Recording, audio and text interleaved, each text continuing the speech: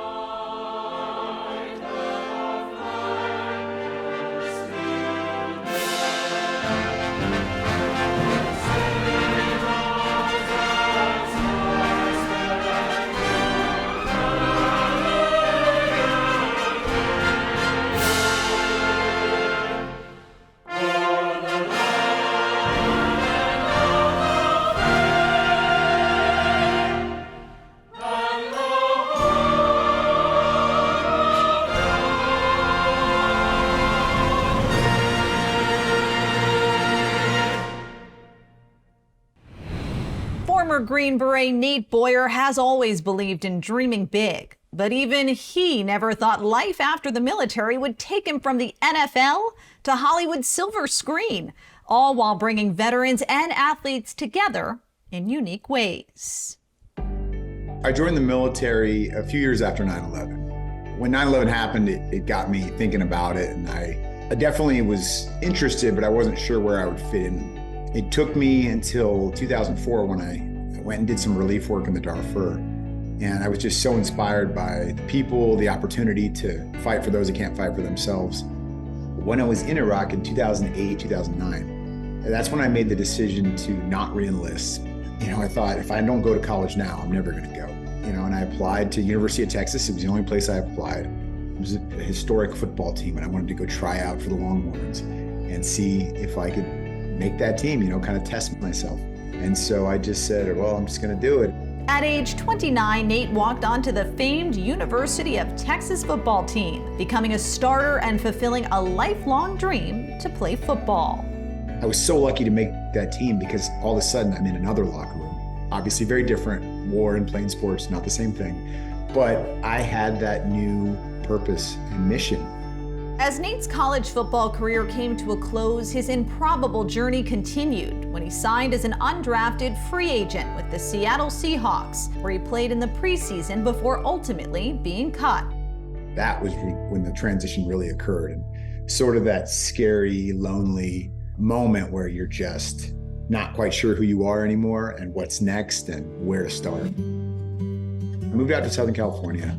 And at the same time, I started training at Unbreakable Performance Center, which is Jay Glazer's gym. You know, Jay said something that I want to do that we should consider is bringing together combat vets and former professional athletes just like you and helping them with that transition.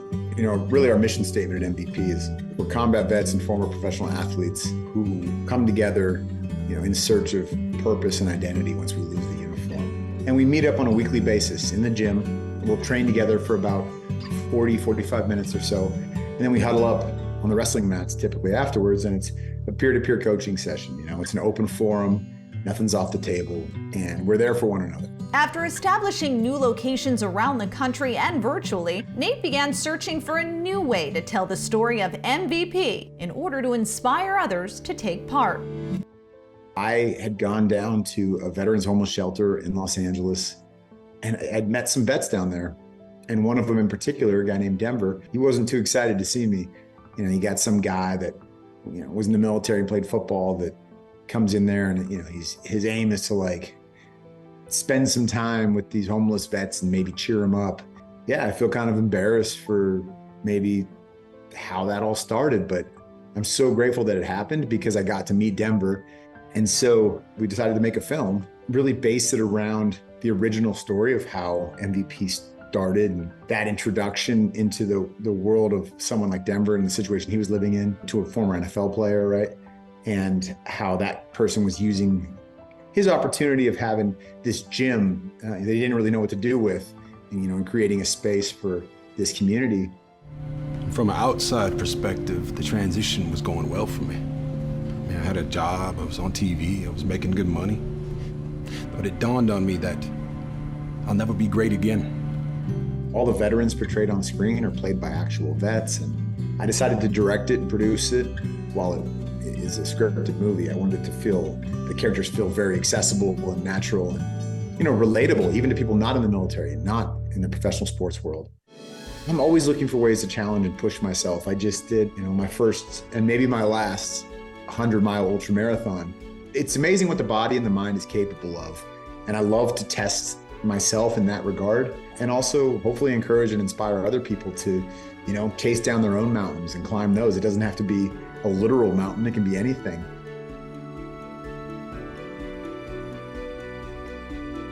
Up next, a hockey team for veterans that's changing lives one goal at a time. It's a great honor for me to wish all of our veterans happy Veterans Day.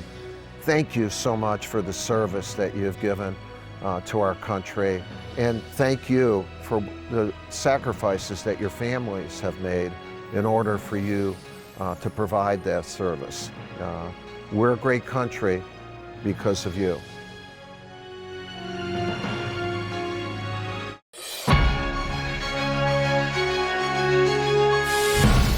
For many disabled veterans, sports are more than just a game. They're a source of camaraderie, purpose, and much needed support, which is why the Philadelphia Flyers Warriors hockey program prides itself on providing an environment for disabled veterans where they can turn their challenges into championships.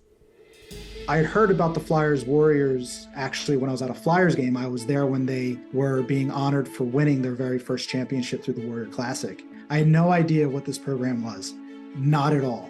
And I come to this team and I come to find out it is so much more than just a men's league hockey team. In fact, I don't even like saying it's a men's league hockey team because we are a team of veterans, and the whole point of this program is to find mental health through hockey.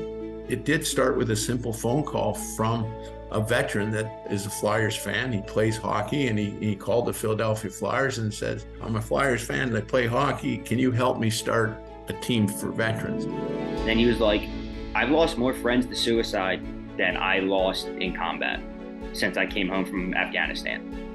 And then I think that's when the light bulb hit. The Flyers and Flyers alumni all looked into it and like, we can do something. And that was kind of the simple beginnings of it. And once we got the guys on the ice, and there were some alumni guys there running the practice, myself included, it was such a simple beginning, but a simple beginning turned into such a great thing.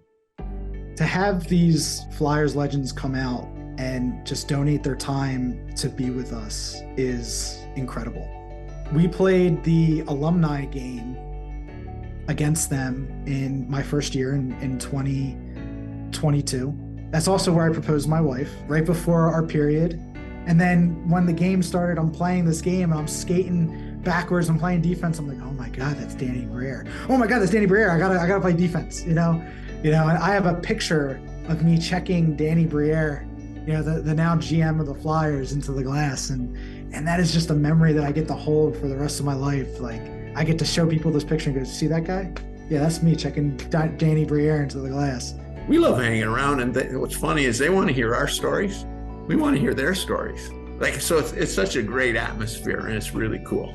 I think the Flyers Warriors has way bigger impact in the lives of the team members and our families and the community off the ice than we do on. We'll play the Philadelphia Power Play, who is a team of adults and teenagers in wheelchairs who play hockey. Then we have the Flyers Special Needs Hockey Game, and that's a team of kids from 5 to adults up to 27 with all types of special needs. That's one of the highlights of our guys' years. The game's personally special to me. My brother's on the team, so that's a bonding moment with him. Guys on my team, I don't think knew it the first year that it was my brother, and I'm hearing guys like, this is the most fun I've had playing hockey ever. And I'm like, dang, like that means something. I think it's really important to all the veterans that are part of this team that everyone finds something that they don't necessarily know that they needed, or they find something that they've been missing. And you can see it click, and you can tell when a guy really gets it and he's really here for this program, because this program could very well be saving his life. What I get out of this team that I got out of the military, love of friends that you can only get in tough situations, discipline, leadership, and a new family. And all those things you find in a sports environment. It's such an easy thing to do, and a fun thing to do, and a rewarding thing to do. And perhaps I was a little guilty, like so many other people are. We're very patriotic. November 11th. What happened to the other 364 days? These guys gave a lot and sacrificed a lot. And so I get to help make a difference with these guys 365 days a year. Whether it's big, little, whatever. I and many other guys and many other people, the Flyers alumni, are 100% behind this Warrior program. To me, being on the ice is like a bonus. I get to play hockey again. But the group of friends I met and everything we do outside, that's what the Warrior program does for us. I love this program. I am so thankful for Brad Marsh and the Flyers and the men and women who started this program 5+ years ago. Because without it, I don't know where I would be right now. I would be lost.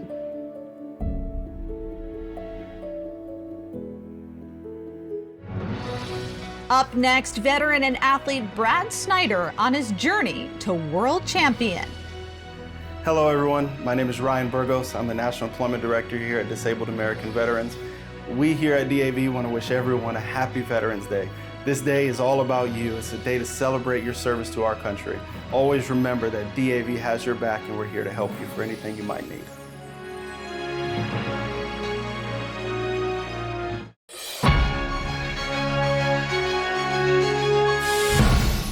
A veteran, Purple Heart recipient, father, author, speaker, world champion, and medal-winning Paralympian. Brad Snyder has inspired countless people with his heroic story. Losing his sight to a bomb during active combat wasn't the end of his journey. It was just the beginning. So I joined the Navy pretty much right after 9/11. I was designated to be an EOD officer, an acronym that's basically the bomb squad for the Navy, deployed to Iraq in the fall of 2008. and then went back to Afghanistan in the spring of 2011. Unfortunately, it was during that deployment where I stepped on an improvised explosive device, which I was very fortunate to walk away from. But as a lasting result of that injury, I lost my vision. My whole professional and for, in large part, my identity revolved around being a naval officer. Almost all of those capabilities and expertise was mitigated by my visual impairment. So I'm basically starting over. Where do I fit in? What do I have left to give? My journey as an athlete was a very integral component of that identity struggle. Going back to the pool was the place that I could rebuild that sense of self-confidence. Swimming back and forth just felt amazing. I felt free, I felt strong, I felt confident. I didn't know what blind sports looked like. I didn't know blind sports was a thing. I didn't know how they did classification in the Paralympics. I didn't know where I stacked up. I knew that my best event, 400-meter freestyle, would be on the September 7th, 2012. That's the exact day that I lost my vision in Afghanistan. So I knew leading up to, I would have the opportunity 1 year after the loss of my vision to represent my country and swim in a race that I was favored to win. And I really wanted to make the most of that opportunity, and inspire my family, my community, those people in the stands with that incredible story. And I'm very happy to tell you that that story came true. I won a gold medal on the exact year anniversary of the day I lost my vision in Afghanistan. So after the magic of the London Games, I felt like I could do something in blind sports that hadn't been done before. And so I resolved to go to Rio, and I broke a world record in the 100-meter freestyle. When I finished in Rio, I really truly felt spent on swimming. I felt like I had done what I wanted to do. And at the same time, the triathlon team had mentioned to me, hey, if you ever want to look at doing triathlon, you should come out to one of our camps. I loved every aspect of triathlon. I loved being in the open water. I loved trying to figure out the mechanics of transition. I loved being a part of a team. And I liked starting from the bottom. I liked that I was number 50 instead of number 1. I like climbing up as opposed to having the target on my back. And that's why triathlon seemed to be like a really great journey for me. Going blind could have been a real traumatic instance, and in some ways it was, but it ended up unlocking a lot of doors for me. I had a lot of really rich and deep experiences where I learned a lot about myself, having had that opportunity. The thing I'd like people to see in my journey is that, I had this capability all along. In a weird way, I was a gold medalist before I was a gold medalist. The only difference between me beforehand and me afterward was the opportunity. So I hope what people will see is, life is an endless set of opportunities in front of us, one moment to the next. And all we have to do is commit to make the most of it. Make the most of every moment you have left, because you never know what you're going to reveal about yourself.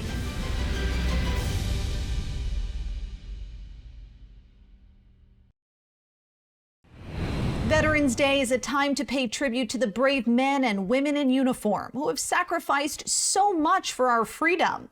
Here to perform an American classic is the Army Field Band. Oh, beautiful for spacious skies, for amber waves of gray, for purple mountain majesty.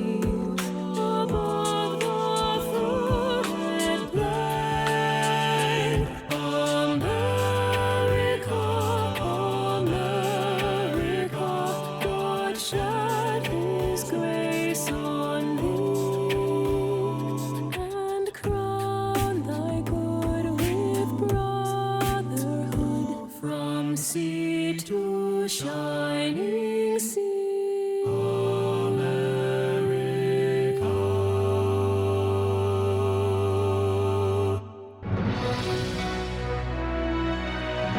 Hi everybody, Chef Robert Irvine here from the Robert Irvine Foundation. I want to take this time to say a huge thank you. The American people get to sleep well at night because of the sacrifices of all our veterans. God bless you, God bless your families, and God bless the United States of America.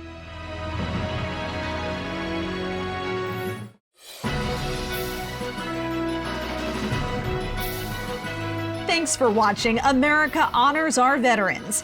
And to all our veterans, thank you for your service.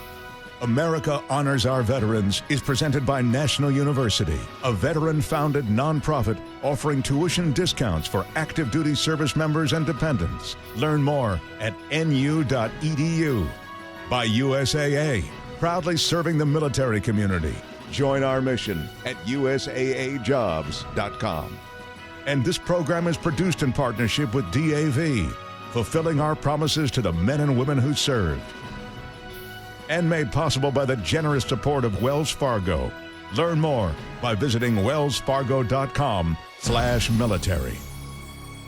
This program is made possible by the generous support of the following companies. Military Made. Support the military community at militarymade.com, the site that exclusively sells products from veteran-owned businesses.